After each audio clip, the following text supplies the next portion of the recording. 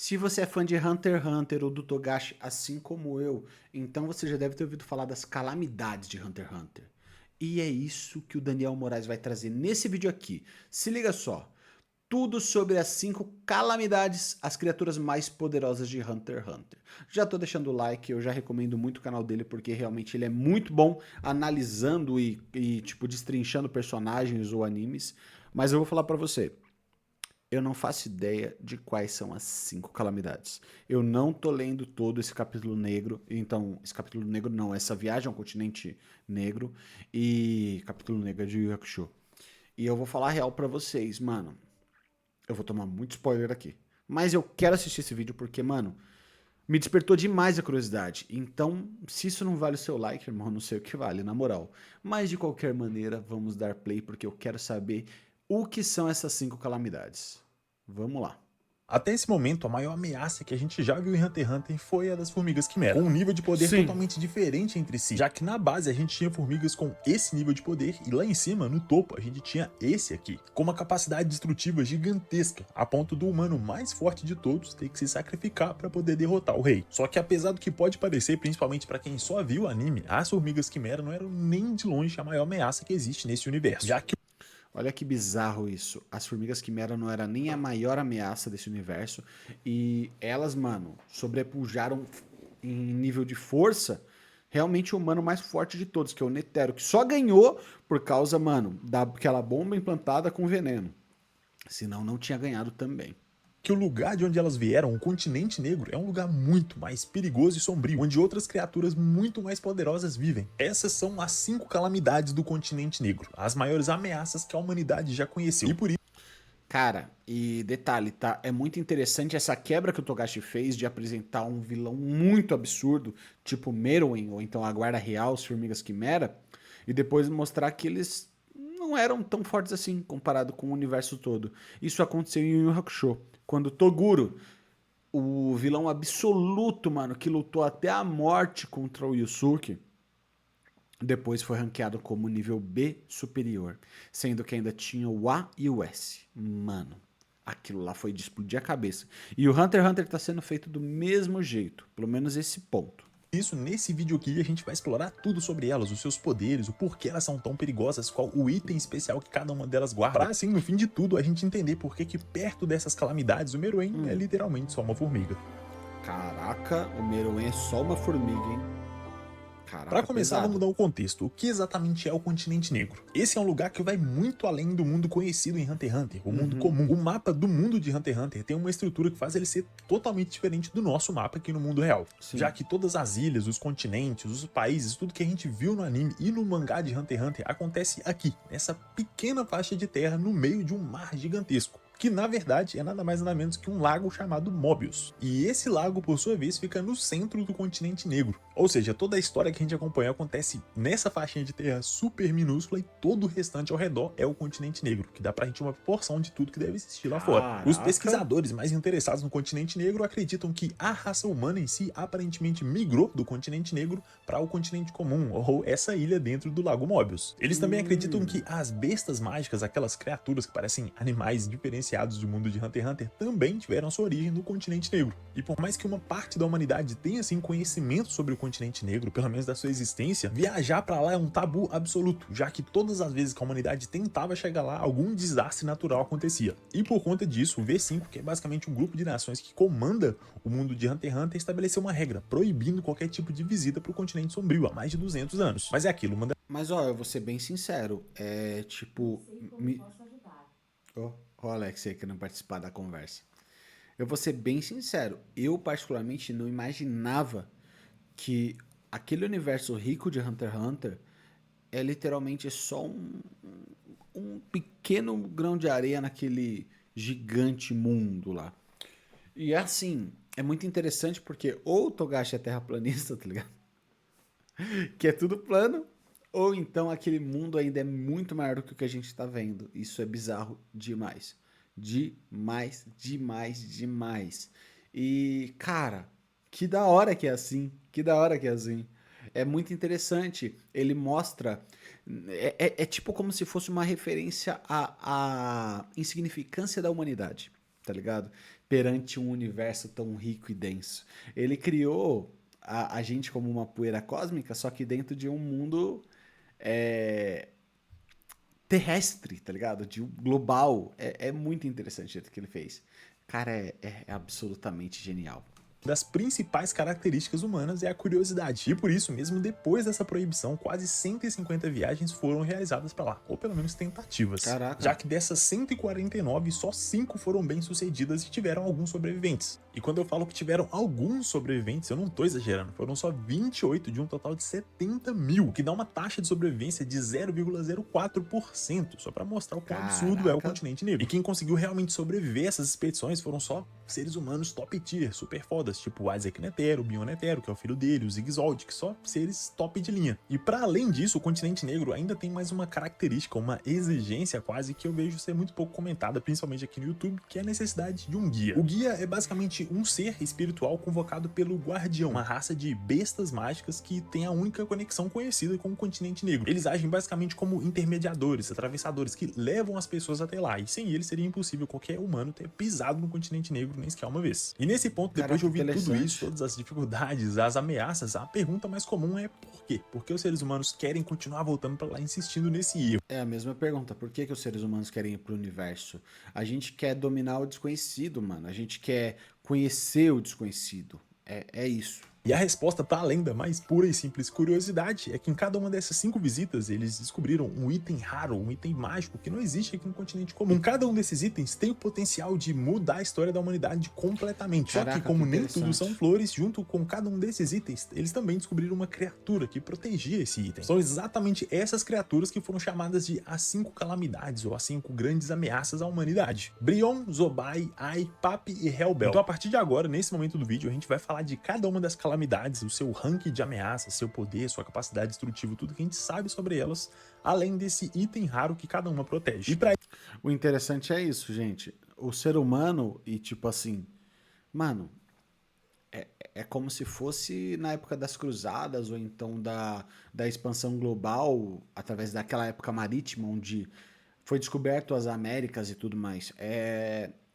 A possibilidade de achar uma coisa nova que pode mudar o mundo e também trazer riqueza para quem encontrou é o que movimenta. É como se fosse One Piece, tá ligado? A galera quer cair no mar e descobrir uma coisa nova, um tesouro, para não só ser reconhecido, como ficar rico muitas vezes.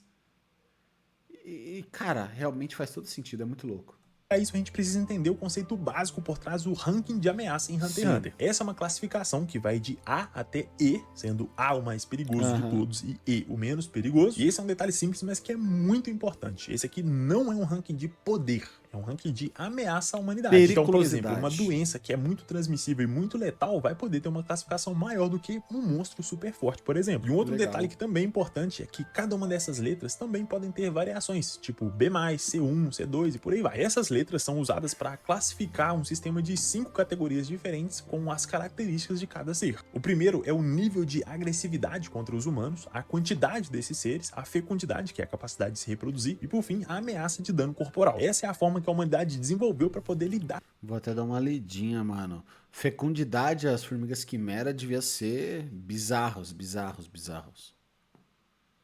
Fecundidades com certeza as formigas quimera é o 1. Acredito eu, né? Vamos ver. Com as ameaças e no fim criar uma forma de lidar com cada uma delas de forma específica. Para a gente ter uma base comparativa e facilitar muito, vamos pegar um exemplo que quase todo mundo já conhece de Hunter x Hunter, que são as formigas quimera. Elas são classificadas nessa tabela como tendo uma agressividade de nível B ou C, o que significa que elas têm diferenças muito grandes entre si. Ou seja, tem muitos seres mais agressivos. Os próprios indivíduos. Ou seja, dá para ter uma formiga que é pouquíssimo agressiva e uma que é muito agressiva, dependendo da circunstância. As que são mais agressivas, por exemplo, elas podem ficar assim ao sentir o cheiro de sangue, se sentirem ameaçadas, estiverem na época de reprodução ou para defender os seus filhotes. Já o número de indivíduos, o número de formigas é de centenas de milhares, o que mostra pra gente que aquela quantidade, aquele exército que a gente viu no continente comum é só uma parcela de tudo que existe no continente negro. O que não significa que as formigas de lá também sejam tão desenvolvidas ou tenham essa quantidade de poder quanto as formigas que a gente ou talvez tenha mais. Já é um sinal. Um ponto importante aqui é que é o seguinte: como que as formigas quimera adquiriram poder aqui tipo, no nosso mundo, no mundo Hunter x Hunter? foi comendo animais cada vez mais poderosos e depois comendo humanos para desenvolver habilidades como Nen e tudo mais. Então, se você for parar para analisar aqui no continente negro, todos os animais são muito mais poderosos do que aqui, do que no normal. Então dá para analisar que as formigas quimera também vão ter um desenvolvimento muito anormal. Com certeza elas são bem mais poderosas do que aqui. Cara, que bizarro, velho. Que bizarro, velho. Que bizarro. De alerta muito grande por conta do potencial de cada uma delas. Já em relação à reprodução, elas se reproduzem várias vezes ao longo do ano com menos de 10 filhotes por ninhada. Agora falando do dano corporal, a probabilidade de ela causar um dano físico nos seres humanos, ela é classificada como alta probabilidade de morte. E por conta disso, a forma mais recomendada para lidar com as quimeras é a erradicação total e completa. Isso com um alto custo e um alto risco, a ponto de ser necessária uma resposta internacional imediata. Agora, com essa classificação, a gente já consegue ter uma noção, uma base comparativa do nível de ameaça do que vem aqui pela frente. Sim. Primeira calamidade que a gente vai destrinchar aqui é o Brion, a arma botânica. Ele foi descoberto quando os Estados Unidos de Sarreta enviaram as suas forças de elite a uma expedição ao continente negro. Depois de atravessar o lago e chegar numa floresta gigantesca, eles andaram por 400 quilômetros até encontrar ruínas de uma cidade antiga com um labirinto misterioso. Lá, o item que eles encontraram foi uma erva especial capaz de curar 10.000 doenças diferentes. Mas eles também encontraram o Brion. Ele aparece como uma esfera gigantesca em cima de um corpo humano, onde deveria ser a cabeça. A gente não sabe com certeza quais os detalhes do funcionamento das habilidades do Brion, mas a teoria mais aceita dentro da comunidade, até por conta da sua aparência, é que ele é um tipo de planta que toma o controle do corpo humano e passa a infectar cada vez mais pessoas até dizimar toda a população, exatamente como em The Last of Us. O Brion é classificado com um nível de ameaça B+, que é ainda maior do que das formigas quimera, que são B. Isso sem falar que o Jim considera ele uma ameaça A, mas vamos considerar o mais baixo aqui para mostrar como que a situação fica ruim até quando a gente é otimista. Já em número de indivíduos, a gente tá falando de algo entre 100 e 1000, o que também combina perfeitamente com a teoria dos fungos, que ao avistar os intrusos ou os seus alvos, ele explode em várias partículas no ar que podem se prender aos seus inimigos. E aí, a partir desse ponto, ele começa um processo de transformar aquela pessoa atingida em outro Brion que vai se multiplicar de forma explosiva. E se isso realmente é verdade, dá pra entender por que ele é tão perigoso. Além de reforçar a ideia de que no continente negro também já tiveram seres humanos, ou pelo menos humanoides, que construíram essas cidades e que foram as vítimas originais do Brion. O nível de dano corporal do Brion também é o mais alto de todos, com altíssima probabilidade de morte. E por isso a forma de lidar com ele também é a erradicação completa e imediata, sendo necessário um esforço internacional com alto custo e alto risco. E aí, pensando como exatamente que se enfrenta uma criatura desse nível, que consegue infectar cada uma das pessoas que ele entra em contato, criando outros Brions e se expandindo de forma quase imparável. E essa aqui é só a primeira calamidade, ainda tem mais 4. A segunda, e pra mim a mais bizarra de todas, é justamente a doença Zobai, também conhecido como doença da imortalidade. Nessa expedição, quem comandou o grupo foi Bion Netero, o filho do Isaac Netero, e eles fizeram essa expedição buscando a planta alquímica Metallion, que até então tem propriedades totalmente desconhecidas, já que eles até conseguiram pegar essa planta, só que na hora que eles estavam voltando, o grupo se perdeu, pegou uma rota errada, e aí cada um de seus membros foram pegando essa doença de Zobai. De toda a equipe de caçadores, só o Bion Netero e outros 5 conseguiram sobreviver. E pra piorar, as plantas que eles conseguiram pegar simplesmente secaram e morreram, como se a Zobai não tivesse permitido que eles saíssem de lá com ela. E essa doença... Ou talvez que a atmosfera fora do continente negro não é propício para ela, tipo, se desenvolver. Tem uma taxa de mortalidade absurdamente alta. De todos os membros que pegaram, só um sobreviveu. E o único sobrevivente foi um caçador que, depois de contrair essa doença, conseguiu a capacidade bizarra de viver de forma totalmente autossuficiente. Ou seja, na prática, ele era quase imune à morte. Ele não morria, ele comia o próprio corpo para continuar vivendo e se regenerando de um jeito totalmente macabro. Piorar, a humanidade não faz a menor ideia de como se contrai essa doença e muito menos se existe uma cura. A classificação que eles fizeram da Zobai foi, na verdade, dos seus infectados, já que a doença em si é totalmente desconhecida. No caso dos infectados pela Zobai, o nível de agressividade é C, o que significa que eles têm diferenças individuais, eles podem ser mais ou menos agressivos dependendo do estágio da doença ou da forma que ele contraiu. A quantidade de indivíduos também parece ser bem pequena, mas a reprodução é muito parecida com a categoria A, que tem um crescimento explosivo. O nível de dano corporal que a Zobai causa faz a recuperação completa ser muito difícil, com consequências para o resto da vida. E a solução indicada também é erradicação. Gente, olha o tanto de informação que tem nesse vídeo, que bagulho louco, velho. E é tipo assim, o Hunter x Hunter já é um mundo assustador. E quando a gente descobre que aquilo não é nada comparado com o fora do mundo, é muito doido, na moral. ação completa e imediata, com um esforço internacional. Já a terceira calamidade que a gente vai falar é a AI, ou AI, que é uma forma de vida gasosa. Essa expedição foi organizada pela República É o Mimbo Gastly? com a ajuda dos caçadores em busca do Elixir da Trindade, que teoricamente é a solução mãe para todos os tipos de líquido. Eu só achei interessante que, tipo assim, cada expedição tinha um objetivo. Se esse objetivo ele estava lá único e exclusivamente no continente negro, como eles tinham noção desse objetivo para ir para lá buscar justamente isso? Isso daí que não ficou muito claro. Não me pergunte o que isso significa na prática. E a expedição tava indo tudo bem, tava sendo tranquila, até que eles deram de cara com a AI. Aqui ninguém sabe ao certo o que aconteceu, mas depois desse encontro, só 3 pessoas voltaram de mãos vazias e completamente enlouquecidas. A gente sabe muito pouco, para não dizer nada sobre a AI, mas existe uma teoria bem forte de que ela é exatamente a entidade conhecida como Nânica que vive dentro da Luca rimando Killua. Nessa teoria, a AI pode viver dentro de outro indivíduo, basicamente tendo uma relação Mas isso é simbiótica tudo tipo o teoria. Venom, e ela tem uma capacidade de matar pessoas torcendo, esmagando de formas completamente bizarras, além de também poder conceder desejos para as pessoas que atendem os seus pedidos. E aqui, assim como nas duas primeiras, um dos maiores problemas é que a humanidade não sabe como a AI age, como ela infecta o seu hospedeiro, o que torna ela basicamente indestrutível, já que ela pode infectar qualquer um a qualquer momento, até que a humanidade descubra como evitar isso. Em termos de agressividade, ela é classificada como capaz de colocar muitas vidas em risco ao mesmo tempo. O número de indivíduos é totalmente desconhecido, pode ser 10, 20, 50, 1 milhão, 1 bilhão, e a forma de reprodução também é igualmente desconhecida. Já aqui no dano corporal a gente vai ter uma pequena variação, já que a humanidade sabe como evitar esse tipo de dano, mas qualquer falha, qualquer escorregão pode levar a ferimentos gravíssimos ou até a morte. E por isso ela também recebe uma classificação final diferente, já que a erradicação também é necessária, só que o método de se fazer isso é desconhecido, é incerto, eles não sabem muito bem como lidar com algo como a AI. Mas ainda assim a cooperação global é algo essencial pelo nível da ameaça. A quarta calamidade é a Caraca, PAP, velho. ou a besta que mantém humanos. Ela é uma criatura completamente misteriosa que se alimenta de seres humanos e mantém eles como animais de estimação para o seu sustento. Até a aparência do PAP ainda é desconhecida, mas ele parece de alguma forma conseguir criar antenas ou fios que ele insere nos crânios das suas vítimas humanas para usar elas como bateria para se alimentar dos seus corpos. Próximo da região onde o PAP foi encontrado, eles também descobriram um mineral raro chamado A Pedra do Trovão, para evoluir o Pikachu no Raichu, igualzinho.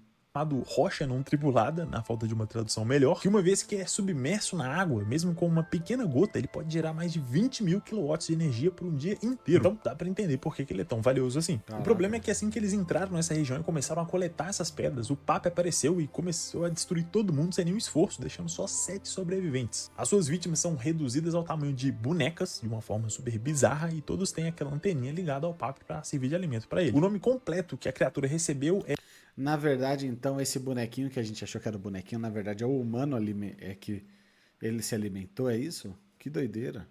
uma troca entre a vida e o prazer, o que pode estar relacionado às capacidades dele de domar os humanos com base na sua ganância. Então dá pra teorizar que enquanto as pessoas estão nesse estado de suspensão de consciência, elas podem estar tendo um sonho super maravilhoso de uma vida perfeita, tipo numa Matrix, enquanto elas são usadas como baterias. Pois é literalmente Matrix. Obviamente tudo isso aqui é especulação, a gente não sabe se isso é real, tô só supondo aqui. O bizarro é que o Jim comenta que já foram encontradas vítimas da AI e do PAP aqui no nosso continente normal, no mundo comum. Então se a gente parar pra pensar, foi por pura sorte que não rolou uma extinção em massa, porque a humanidade não faz a menor ideia de como que lida com essas Assim como os formigas quimeram e tudo mais, é tipo, o continente tá trazendo essas calamidades pro centro, pra ilha. E isso é bizarro, velho. Na moral, isso é bizarro. ameaças. Ou então a gente vai descobrir no fim de Hunter x Hunter que tudo que a gente viu até aqui foi o Gon tendo um sonho dele buscando o pai dele, se tornando um Hunter. Deus me livre, para com isso, Daniel. Tá maluco? Oxi. Só que, na verdade, ele estava sendo controlado pelo PAP, servindo de bateria. Tipo Lost. O PAP também tem pouquíssimas informações disponíveis sobre ele. O que a gente sabe é que o comportamento dele também coloca várias vidas em risco. O número de indivíduos é completamente desconhecido, assim como a reprodução. Já o dano corporal dele foi classificado como B1, o que significa que o repouso e tratamento prolongado são necessários e a morte também é possível. Isso aqui especificamente me deixou bem curioso, porque se a pessoa vira uma boneca daquele jeito super bizarro, como é que ela consegue se recuperar depois disso? Fiquei curioso. E por fim, a classificação Eu acho que às vezes aquela boneca é tipo o estágio final do bagulho, tá ligado? Tipo, ó, já não sobrou mais nada. É como se o bicho tivesse com um canudinho. E na hora que tá fazendo. Tá ligado? Tipo, tá acabando, vira aquele boneco. como lidar com o PAP, e assim como da AI, também é necessária erradicação, mas a humanidade não faz ideia de como se faz isso. Já a quinta e última calamidade é a Hellbell, a serpente de duas caudas. Ela recebeu esse nome por ter uma parte do seu corpo parecido com um sino, que quando alguém ouvia, morria com certeza, ou seja, Hellbell, sino do inferno. Essa calamidade foi encontrada durante uma expedição em busca do arroz nitro, que é um tipo de alimento que consegue aumentar muito a longevidade humana, e das 1.100 pessoas... Mano, tá muito autoexplicado. Arroz nitro. Tipo nitro, pô. Tipo o bagulho do Toretto. É maravilhoso esse nome, maravilhoso. que foram pra expedição, só 11 conseguiram É nome de suplemento, tá ligado? voltar pra contar a história. Eles disseram que a Hellbell infecta a sua presa com um desejo homicida, fazendo todo mundo começar a atacar um ao outro e matar todo mundo num extermínio absurdo. Até porque isso dá pra ela várias formas de acabar com um grupo grande, seja infectando as pessoas mais fracas pra elas começarem a atacar umas às outras e montar um exército, ou atacando a mais forte de todas pra poder triturar todo mundo no processo. E por conta disso, a Hellbell foi classificada com um nível de agressividade A1, que ataca sem nenhuma provocação. Ela tem um número de indivíduos totalmente desconhecido, assim como uma reprodução, que também não é de conhecimento humano. O dano corporal que ela causa é do nível A2, com lesões que afetam a vida diária, e a recuperação completa é difícil, com sequelas pro resto da vida, e por isso, mais uma vez, é necessário a sua erradicação completa, mas o método também certo. Se a gente for parar pra analisar, o grande problema das calamidades em si é o desconhecimento humano, já que boa parte delas a humanidade não sabe como lidar, e quando sabe envolve um risco muito alto. Porque, por exemplo, no caso do Meruem, que é um ser muito forte, uma ameaça também do continente negro, por mais que ele seja poderoso e possa matar vários seres fortes, inclusive o próprio Netero, a humanidade ainda tem várias opções pra lidar com alguém como ele. É só mandar alguém forte o bastante pra bater nele, bater bastante até ele morrer, ou tacar uma bomba que resolve. Mas no caso de um gás que possui as pessoas, ou uma cobra que faz todo mundo sair se matando por aí, ou uma doença que torna alguém imortal, como é que lida com isso? E ainda tem um outro detalhe que é pouquíssimo falado aqui também, que é a possibilidade de não ser só 5 calamidades, podem ter 10, 20, 30, 100 mil. Quem sabe essas 5 são só uma pequena parcela, os seres mais fracos, os bichinhos de estimação de algo muito maior, muito mais poderoso. O que faria muito sentido, já que todas as ilustrações que a gente tem do continente negro passam essa ideia de que sempre vai existir algo maior, algo mais assustador, uma ameaça mais perigosa. Isso sem falar que o próprio mundo de Hunter x Hunter foi construído dessa forma, já que todo o continente que a gente conhece é uma parte minúscula de um mundo muito maior. E agora a gente ainda tem um detalhe que eu achei genial, que o Togashi mandou muito bem aqui, que foi justamente colocar a humanidade também nessa tabela de ameaça à humanidade. E para isso ele categoriza a humanidade em 2 tipos, o indivíduo e a espécie como um todo. Aqui o Togashi usa exatamente os mesmos critérios de avaliação dos monstros, as calamidades, na sociedade humana. Isso sugere, mesmo que indiretamente, que a capacidade destrutiva da humanidade como uma espécie, como organização, como sociedade é tão grande, ou dependendo, até maior do que uma criatura sobrenatural do continente negro. Eu acho muito legal o Togashi sempre trazendo esse discurso, porque no próprio Yu Hakusho, o arco do capítulo negro, que o Sensui tá tentando revelar que a sociedade é muito mais obscura que os próprios yokais, e prova no final que ele estava certo, até pelo fato do Koema descobrir que o pai dele manipulava os yokais fracos para tipo atacar os humanos só para criar barreiras e controlar a energia espiritual de toda aquele mundo, tipo, prova que os humanos eles são tão cruéis quanto qualquer outras coisas. Tipo, mano, é muito interessante. O Togashi sempre levanta esse discurso e em Hunter não é diferente. Caraca, brilhante, mano, brilhante.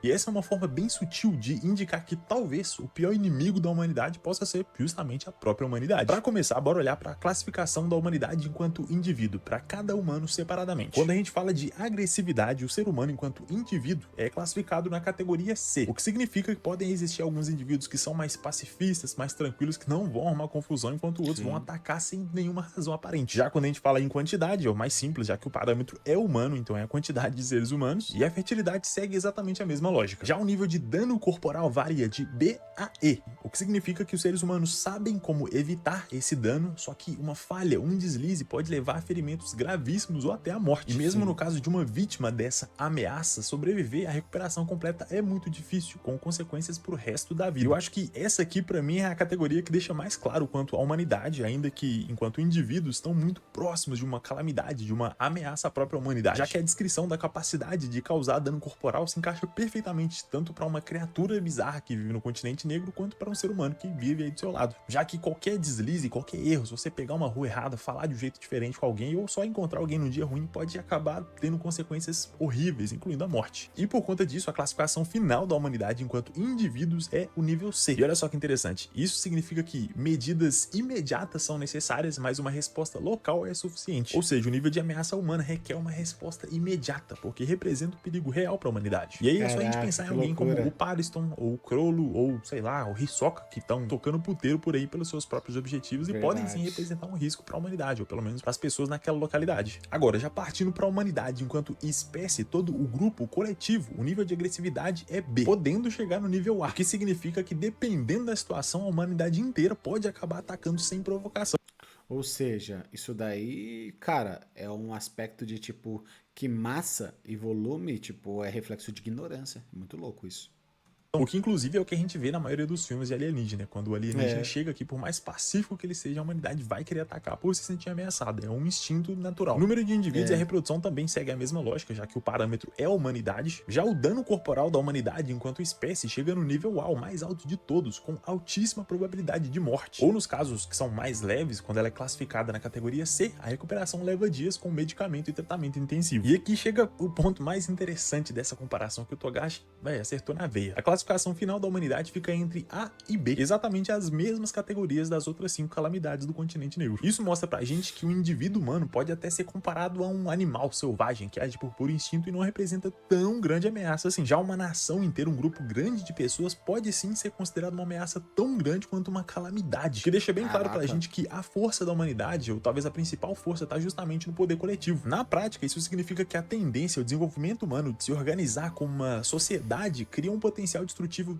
tão grande quanto as próprias quimeras, que são as criaturas biológicas mais poderosas já conhecidas na obra inteira. E exatamente por isso que o Meruem, que provavelmente era o indivíduo mais poderoso que já pisou na Terra, não teve nenhuma chance contra a humanidade enquanto espécie. Prova disso é que esse foi exatamente o foco do discurso do Netero, quando ele diz que o Meruem era inocente por não conhecer, não entender a malícia humana, a criatividade, a ganância, a capacidade de superar os seus próprios limites biológicos e físicos em busca de um objetivo. Seja um bom objetivo, como salvar alguém, ou por vingança, ou para matar um inimigo. O fato é que a humanidade é tão ou mais perigosa que qualquer calamidade do continente negro. Claro que isso são coisas incertas, teorias, coisas que a gente só vai ter certeza quando começar realmente o arco do continente negro, mas até lá dá pra gente ir especulando bastante aqui. Pra você, qual que é a calamidade mais forte, a maior ameaça pra humanidade hoje? Caraca, comenta aí embaixo e bora trocar uma ideia. Eu espero que você tenha gostado desse vídeo. Se gostou, gostei muito, mano. Pra quem não conhece, o canal dele é Daniel Moraes, que é o nome dele.